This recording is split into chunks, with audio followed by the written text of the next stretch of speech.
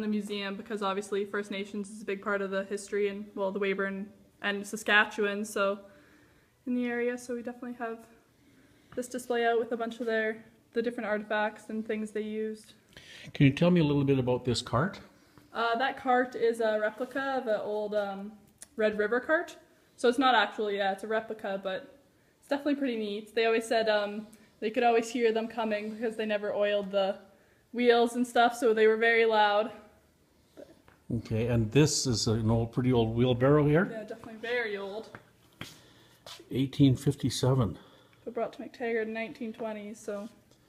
Yeah, it's stood the test of time, hasn't it? That's for sure. Now these, can you describe these things for me here? Well, the First Nations are obviously very known for their handwork, handmade things, so their beading and stuff is obviously very intricate, so there's different like pouches and shoes and stuff they had, and then obviously like the famous headdress at the top, and gloves obviously, because it gets very cold in the winter here, so. Would those be moose hide, those gloves, do you think? Moose hide or like even bison hide, because they obviously use the bison for everything, but not 100% sure what they're made out of. Okay, where should we go next? The silver collection. Okay. Now, what is the silver collection? Wow. Well, this is the world's largest private silver collection, so it's kind of our main attraction, obviously. It's very impressive. But this is the Charles Wilson Silver Collection, and there are over 3,300 pieces of silver and over 5,000 pieces in this room that he kind of willed to the museum when he died. So the 3,300 pieces of silver plus all of his like antique furniture and things like that. So it's a very impressive collection, and we're very proud to have it here. Can you tell me a little bit about him? Well, his name is Charles Wilson.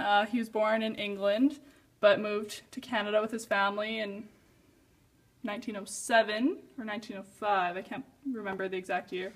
But then his parents owned a hotel in England, and they owned the Waverley here in Weyburn. So then, well, he lived on a farm just outside of Weyburn, and basically kept his collection in most of the sheds, kind of on his property. But then, yeah, he died in 1995 and willed his collection to the museum because he was a bachelor. So. Now, do you have any idea how he was able to accumulate all this silver over the years? He just kind of traveled North America and Europe. He went to different auctions and things like that, just kind of collecting.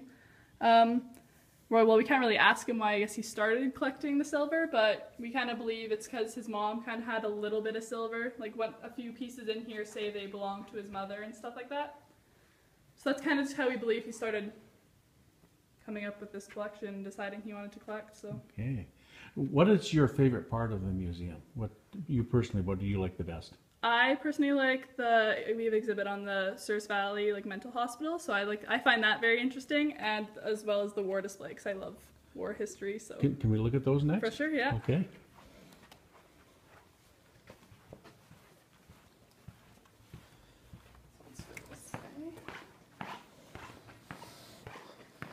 Yeah, like this mural here is actually from the mental hospital too. It's quite a famous mural. As it was painted by a patient in the hospital in the 1950s, and it depicts the Regina riot that occurred in the 1930s. Right. So it's quite an interesting piece, and obviously very large for a patient to do it, and he just painted it on the basement wall. So they brought part of the wall here when they tore the place down. Yeah, they basically cut it out of the wall and brought it here. Okay.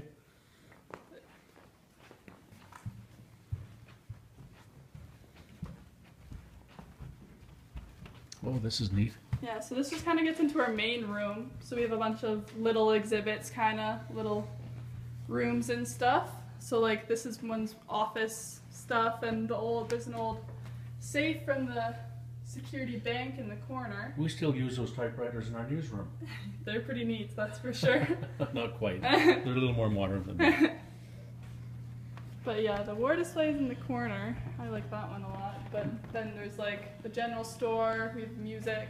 You walk in this and I don't know where to look. There's definitely a lot to look at. We obviously have a very impressive collection here at the museum. It's kind of actually amazing how much stuff we've had donated from people in the community and surrounding area over the years. So we're in the war part now. Yeah, this kind of room. It gets into the war display. And the amount of jackets and stuff we have is actually very impressive that have been donated by people that had relatives serving in either war. And same with the collection of hats and stuff. So these on the hanger on this wall, are these World War II? There's some from World War I and II. I can't tell. I know this one is World War II for sure. The Navy ones, I can't distinguish. Oh, okay. But they are very impressive.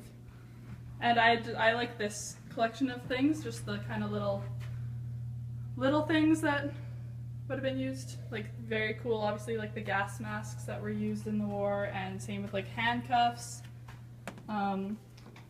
I find the Nazi flag, that is an actual Nazi flag and Nazi helmet, so that is very fascinating that we have that. Yeah.